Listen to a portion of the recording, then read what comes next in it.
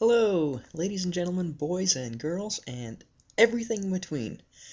Alright, let's see. I am Tanya, and here we are again. Okay, so it was late night last night and another night tonight. So I didn't feel like booting up the whole giant computer, so we are broadcasting live from the hammock.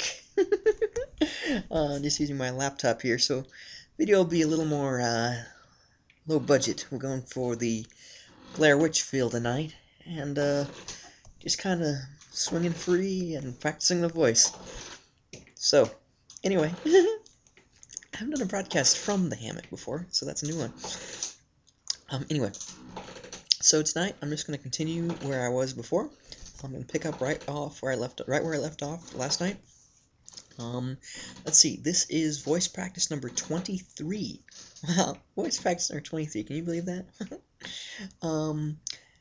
Let's see, what else? Let's see, I'm just gonna, practice this. Actually, I'm gonna practice scales a bit, kind of to get my voice to the right level, tuned a bit, kind of stretch it out a bit, and then after that, I'm going to, tune it again with that piano key, and then I'm going to start reading again, going slowly, as compared to, say, trying to rush through and just get something down on the page, basically.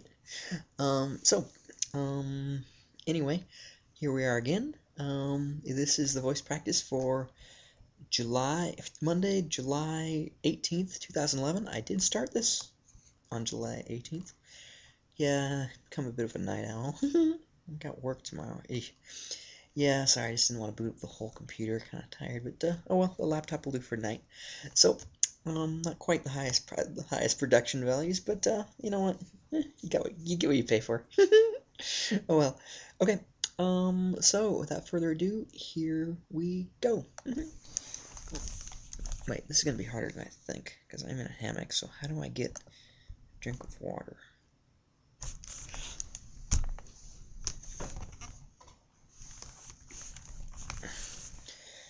Okay, there we go. I'll just hold this here. Again, not the highest production values. Okay.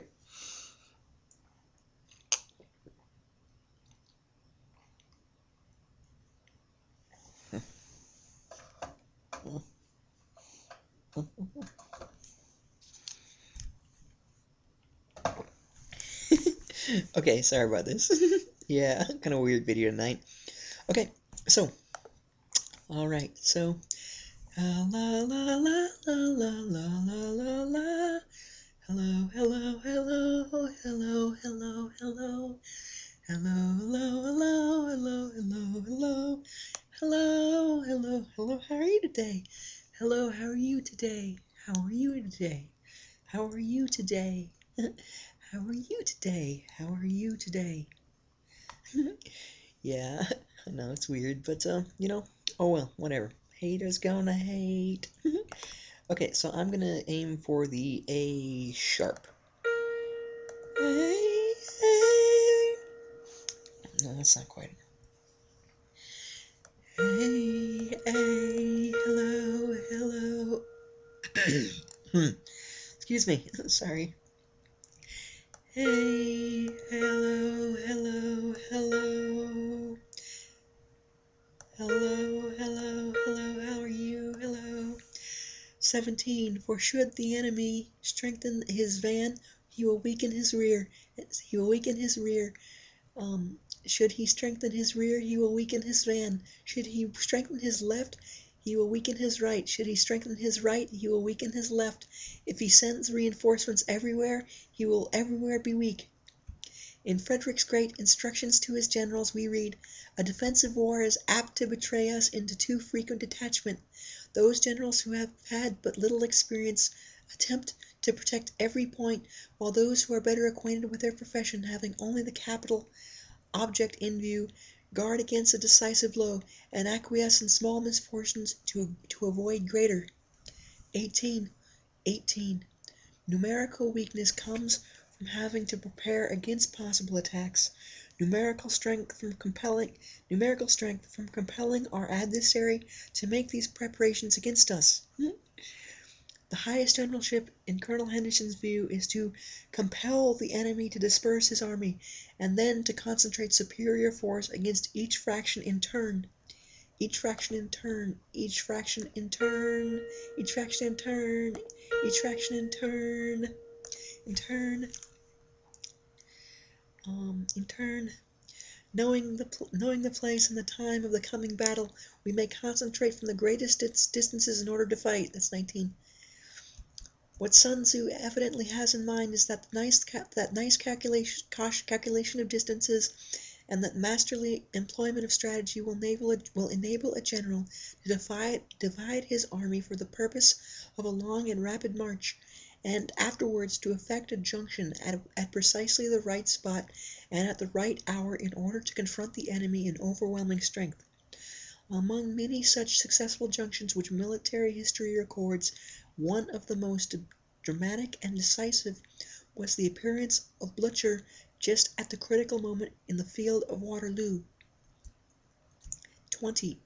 But if neither time nor place be known, then the left wing will be impotent to succor the right. The right will be equally impotent to succor the left, the van unable to relieve the rear, or the rear unable to support the van. How much more so if the furthest portions of the army are anything under 100 li apart, and even the nearest be separated by several li.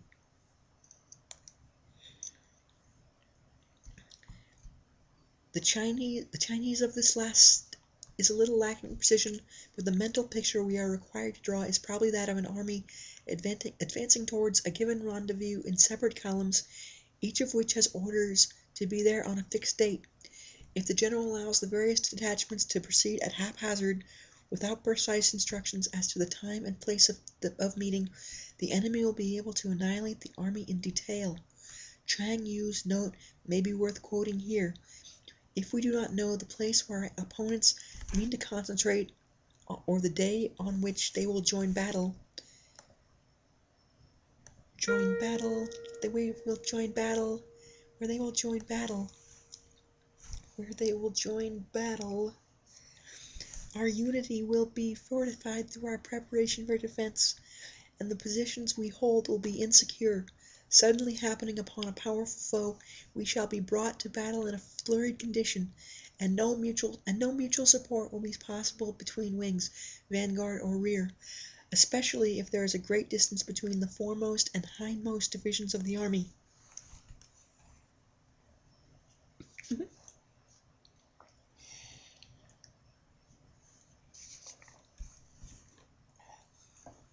(21) Though according to my estimate the soldiers of Yue exceeded our own in number, that shall advantage them nothing in the matter of victory. I say then that victory can be achieved.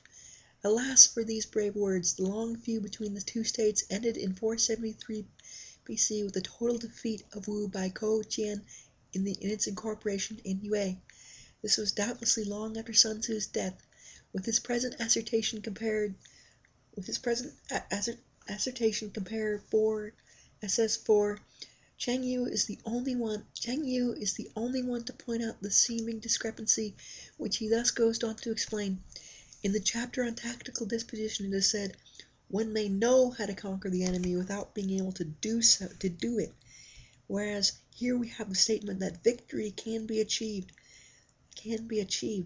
The explanation is that in the former chapter, where the offensive and defensive are under discussion, it is said that if the army is fully prepared, one cannot make certain of beating him.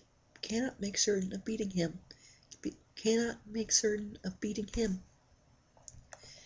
Cannot make certain of beating him. Cannot make certain of beating him. Cannot make certain of beating him. Cannot make certain of beating him.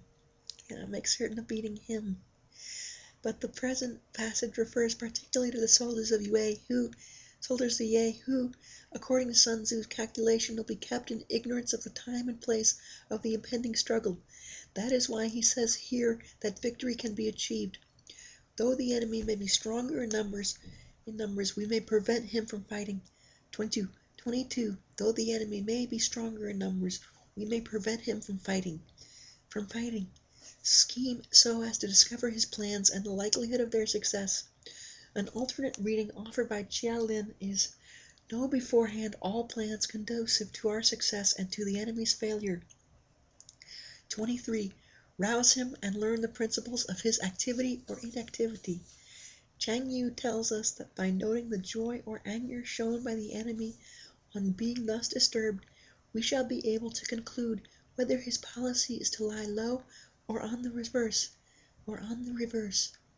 He instances the action of Zhou Liang, who sent the scornful present of a woman's headdress to Sima Ai, in order to goad him out of his Fabian tactics.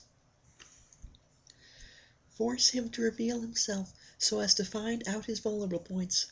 24. Carefully compare the opposing army with your own, so that you may know where strength is superabundant and where it is deficient.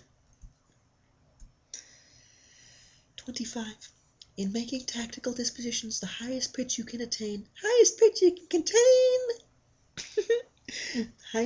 can attain is to conceal them. The piquancy of the paradox evaporates in translation.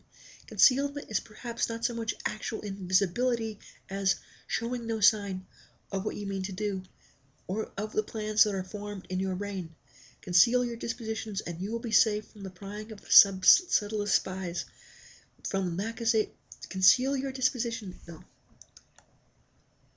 Hello.